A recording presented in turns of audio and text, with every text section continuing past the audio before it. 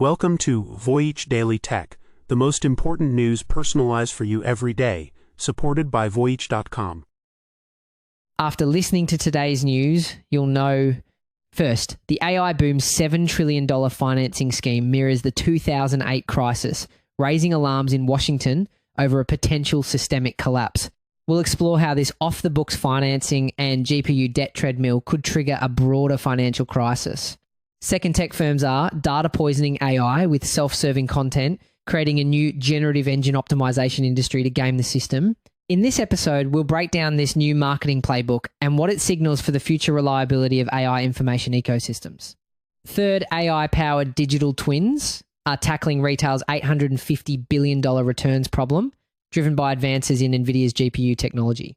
Today, we'll take a closer look at this virtual try-on breakthrough and its implications for user privacy and the future of retail feedback loops. Fourth, JPMorgan CEO blasts US banking rules as un-American, arguing they cripple competitiveness while the bank invests billions in AI. We'll analyze why this public clash with regulators is a turning point and how it could affect US financial policy and AI adoption in banking. Fifth, NASA's Artemis 2 mission executes a high-stakes lunar flyby, stress testing the Orion spacecraft and forming a new US-led space alliance.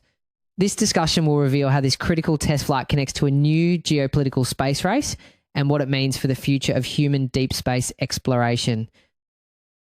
A lawyer who worked on the 2008 housing crash says he's getting deja vu from the AI boom. He says we're talking about trillions of dollars and going back to the same cycle with almost no transparency about the financing structures. A while back, we called this stampede of money the Great Capital Reallocation, trillions shifting from headcount to compute. And today we're zooming in on the financing plumbing that makes it possible. So the thing is, the financing for these massive AI projects is being bundled into complex off-the-books deals using things like special purpose vehicles and asset-backed securities. If that sounds like a mouthful, just know this. It's the exact same playbook that led to the 2008 crisis with mortgage-backed securities. We're seeing major tech firms and private equity all tangled up in these deals, creating a web of risk that could unravel very quickly if the AI gold rush slows down. The scale is astronomical. A while back, we tallied the $635 billion the Big Four plan to spend in 2026. The latest development is that the curve steepens to an estimated $7 trillion by 2030, and Washington is noticing global spending on AI data centers is projected to hit an incredible $7 trillion by 2030. One expert calls it the largest peacetime investment project in human history, and it's being financed largely off the books. 4 US senators have already called for an investigation, warning these massive opaque debt loads could cause destabilizing losses for financial institutions and trigger a broader financial crisis. And this potential crisis might be closer to home than you think. Actually, pension funds, the money set aside for millions of people's retirements, are increasingly investing in this exact type of private credit to chase higher returns. One recent analysis estimated that up to a third of these private credit portfolios are now exposed to high risk from AI disruption. As we discussed in our AI GDP paradox episode, where most companies still report little to no measurable productivity gains, that mismatch matters when these contracts and cash flow projections get stress tested. This means the hidden gamble on AI infrastructure could already be sitting in your retirement account without you even knowing it. And at the heart of the risk is a concept called the GPU debt treadmill. The problem is simple. The ultra-powerful GPUs that run AI have a lifespan of about 7 years, but the data centers they are housed in, which are being financed with long-term loans, have lifespans of decades. This creates a massive mismatch in asset valuation. As new, more powerful chips are released, companies are pressured to take on more debt to upgrade, running on a treadmill just to stay current. We previously analysed how tightening export controls and rising energy costs were already inflating compute and power budgets. That only accelerates this treadmill. The money flowing in is staggering. A consortium, including Nvidia, Microsoft, and BlackRock, was part of a single $40 billion deal. And one company, CoreWeave, just secured $8.5 billion in financing by using the GPUs themselves as collateral. Remember, we noted Nvidia's own trillion through 2028 ambition deals. Like, these are exactly how that pipeline gets built. Now, get this. Lending billions against an asset that depreciates so fast sounds like a terrible idea, but the detail that makes it work is that the loan isn't just backed by the GPUs. It's also secured by long-term multi-billion-dollar contracts with customers who promise to use that computing power. This provides a predictable cash flow, which is why credit agencies actually gave this deal an investment-grade rating. It's a landmark move showing how finance is bending to make these deals happen. And because so much value is concentrating at the very top, those counterparties are often the strongest credits in the market, which helps explain that rating. For insurers, trying to put a price on the risk of a $20 billion campus is becoming a weekly conversation. We previously warned about grid stress in places like Virginia and the very real risk of blackouts. That uncertainty is now being priced in line by line. So what are they doing about it? They're getting creative. Insurers are now designing brand new bespoke policies just for these mega projects, with some firms like Aon and FM Global raising their coverage limits into the billions. They're even experimenting with something called parametric insurance, which is a fascinating idea. It's a policy that pays out automatically if a specific event happens, like a major cloud service going down, providing instant cash to weather the storm. It's the kind of clean trigger we talked about around potential grid disruptions, exactly the sort of shock these campuses can't afford. This has created a core tension in the entire financial system. Lenders want asset lives that exceed their loan terms, but the short life of GPUs directly challenges that assumption. In response to this unprecedented risk, lenders are now structuring loans more cautiously, trying to protect themselves in this new high-stakes game. In other words, the great capital reallocation is now colliding with a great repricing of risk, and today's stress test is squarely on insurers and lenders. We just talked about the massive financial risks building up behind the AI boom. Now, let's shift to a different kind of risk, the one polluting the information that fuels these AIs in the first place. A company just published a comprehensive breakdown of the best products in its industry. Their number one pick, themselves, and they are not alone. This is the new playbook in the AI gold rush. Companies like Zendesk, Freshworks, and Help Scout are all publishing best of lists that conveniently rank their own products as number one. They're structured so clearly that AI search tools are eating them up and spitting them out as legitimate recommendations. This isn't just about a few sneaky marketing articles. Interestingly enough, experts are calling this a data poisoning feedback loop. As these AI models are trained on more and more of this biased, self-serving content, the AI itself becomes less reliable. It's like feeding a genius a diet of nothing but junk food. Eventually, their thinking gets foggy. The risk is that the entire information ecosystem we rely on gets degraded for everyone, and the rabbit hole goes deeper. A BBC reporter successfully got AI to falsely claim he was the tech journalist hot dog eating champion just by publishing it on his own website. Microsoft has even identified a tactic it calls recommendation poisoning, where businesses hide prompts in websites to trick AI into remembering their brand as an authoritative source for the future.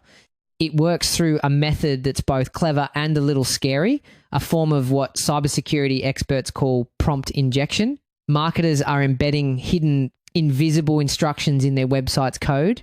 You don't see it, but the AI does. These instructions can tell the AI to associate a brand with positive terms or even to recommend it over competitors. It blurs the line between marketing and a full-blown cybersecurity attack, and companies like Google and OpenAI are now in an arms race to build defenses against it. This is all happening because a wave of panic is sweeping the internet. One viral report claimed that top tech publications have lost 58% of their Google traffic since the start of the year, with some seeing traffic plummet by over 90%. As one marketing agency bluntly puts it on their website, "You rank number one on Google, AI does not care." This has ignited a frenzy.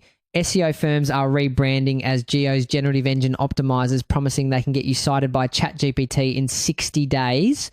One firm just raised $9 million to deploy AI agents that operate like a world-class marketer.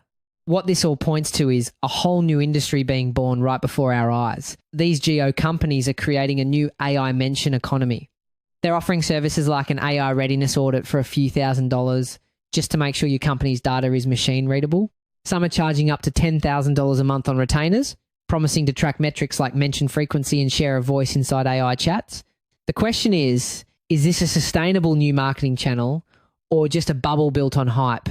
But some experts are sounding the alarm, with one calling the current situation executive mania and warning that many people are overinvesting. While the hype is real, the actual user activity on AI search is still dwarfed by traditional search engines. The true battleground, however, may be trust. And this isn't a future problem, it's happening right now. Believe it or not, the trust is already breaking. One recent study found that a staggering 58% of shoppers say they lose trust in a brand after getting a single faulty AI suggestion. What's even crazier is that research also shows people are more likely to believe an AI-generated summary, even when it's full of made-up facts. This creates a dangerous combination where we are both highly skeptical and highly suggestible at the same time. Users have been developing personal connections with chatbots, using them for everything from career coaching to relationship advice. Now, that intimate space is the new frontier for marketers. As one executive noted, brands have a new duty of care because while this is an enormous opportunity, the reality of this manipulation can be disorienting for users who thought their conversations were private. Speaking of AI's impact on business, it's not all manipulation and data poisoning. In the retail world, AI is being deployed to solve a massive, nearly $850 billion problem. That's the estimated cost of product returns in the US for 2025, a problem that eats directly into a company's profits. For online sales, nearly 1 in 5 items is sent back.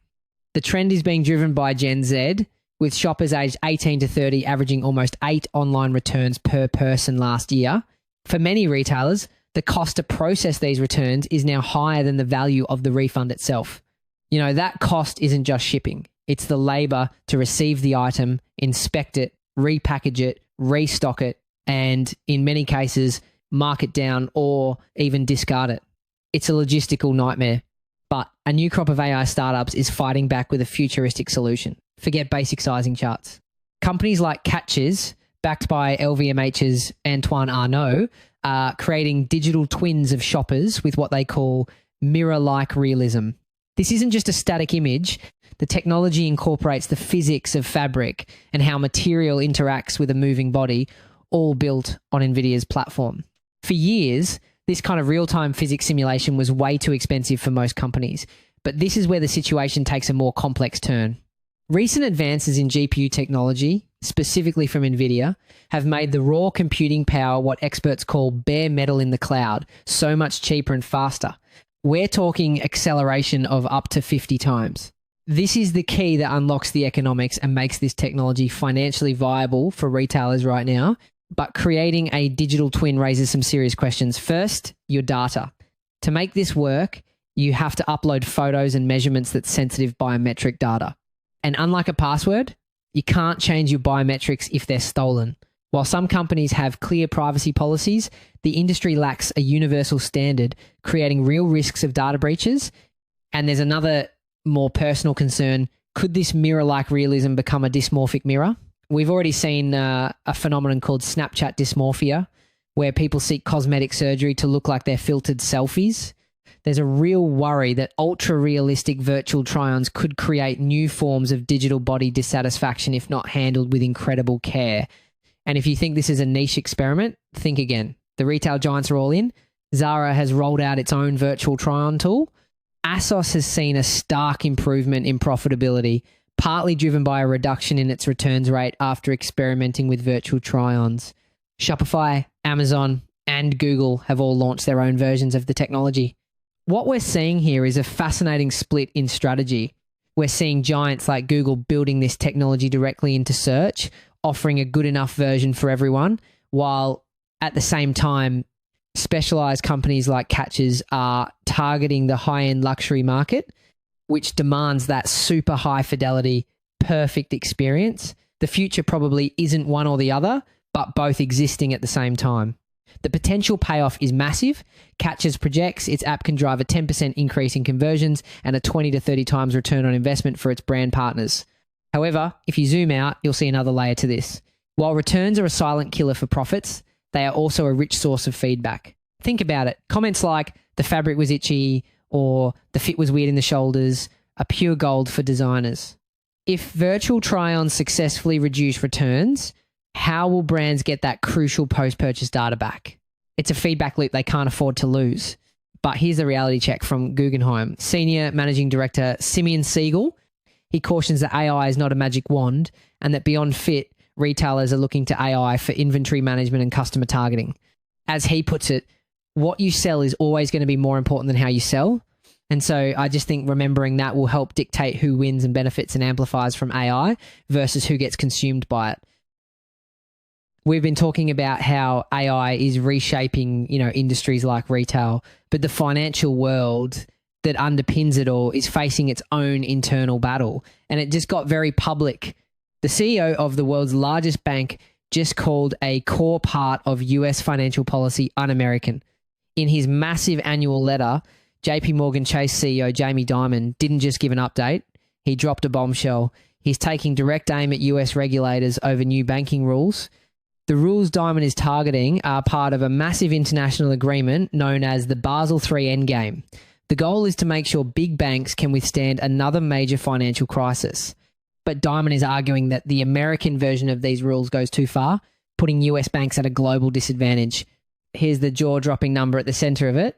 Dimon says the new proposals would force his bank to hold as much as 50% more capital for the exact same loans compared to a smaller competitor. His verdict on the rules? He calls some aspects, frankly, nonsensical. What really brought this to a head was the specific impact on certain activities. The proposed rules could increase the capital required for a bank's trading activities by nearly 60%. Critics, including Dimon, argue that European banks already face similar rules, but the US is implementing them in a much stricter way, creating what they see as an unlevel playing field that could harm American competitiveness. But that's not the whole picture. Dimon claims that the web of regulations put in place after the 2008 crisis has now gone too far.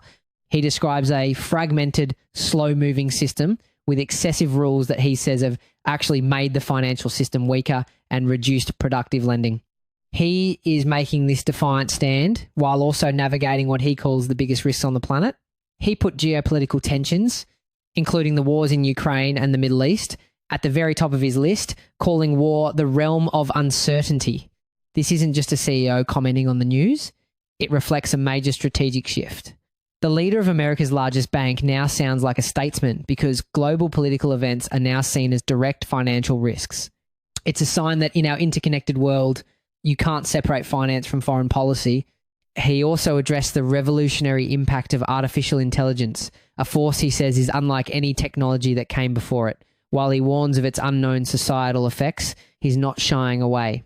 This is crucial because experts are warning about what they call third-order effects. Beyond job losses, there are deeper systemic risks. Imagine thousands of AI trading bots all learning from the same data and making the same decision at the same time. This could create massive synchronized sell-offs and market bubbles that are nearly impossible for humans to predict or control. SEC Chair Gary Gensler has even warned that AI could be at the center of the next financial crisis. JPMorgan is already in a full sprint to deploy AI at every level of its business. And this isn't just talk.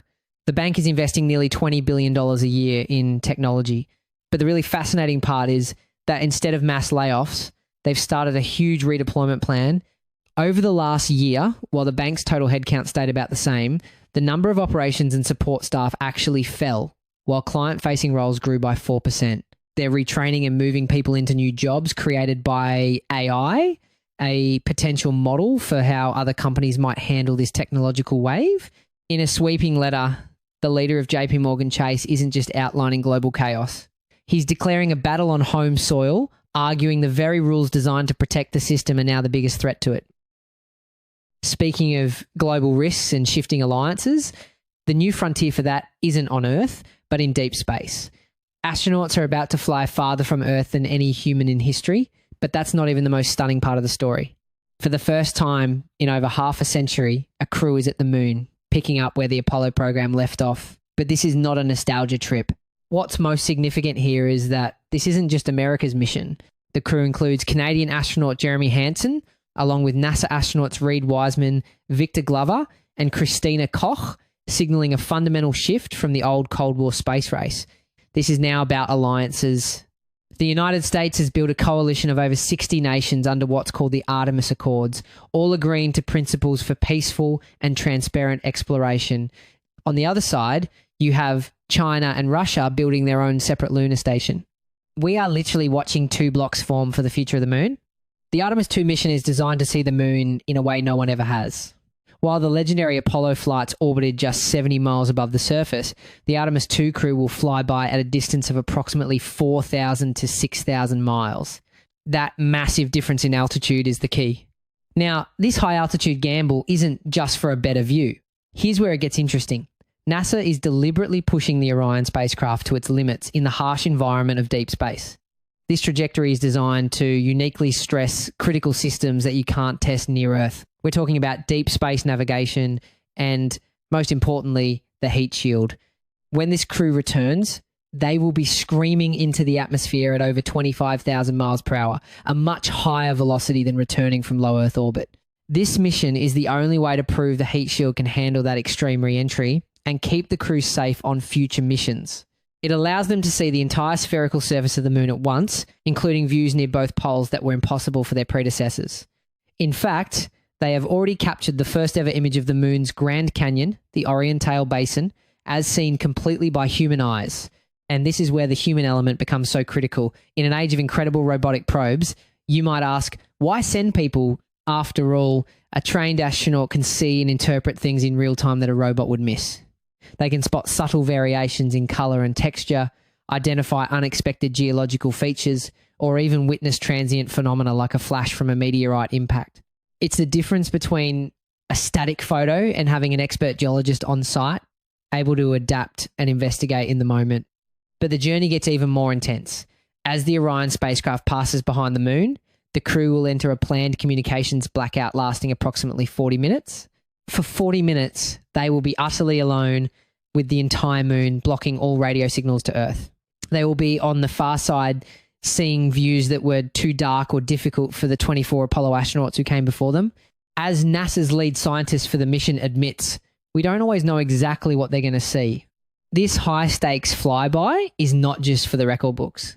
NASA's chief confirms this is the first time astronauts have ever flown on the Orion spacecraft, and the data they collect on its life support systems and performance during this journey is considered paramount. The data is paramount because we are bridging a 50-year knowledge gap. For half a century, no human has traveled outside Earth's protective magnetic field. We have so many critical unknowns about human survival in deep space. This mission is designed to answer them. They'll be collecting data on how deep space radiation affects the human immune system, monitoring the crew's psychological health and sleep patterns, and, of course, testing the absolute reliability of the life support systems. This isn't just a test for NASA. It's a high-stakes validation for commercial partners like Lockheed Martin, who built the Orion capsule. The success of this public-private model for building spacecraft is riding on this flight. That information is the critical foundation for setting up the subsequent Artemis 3 and Artemis 4 missions, which aim to finally return humans to the lunar surface. That's it for today on Voyage Daily Tech. Follow, share, and stay tuned for daily updates coming your way tomorrow.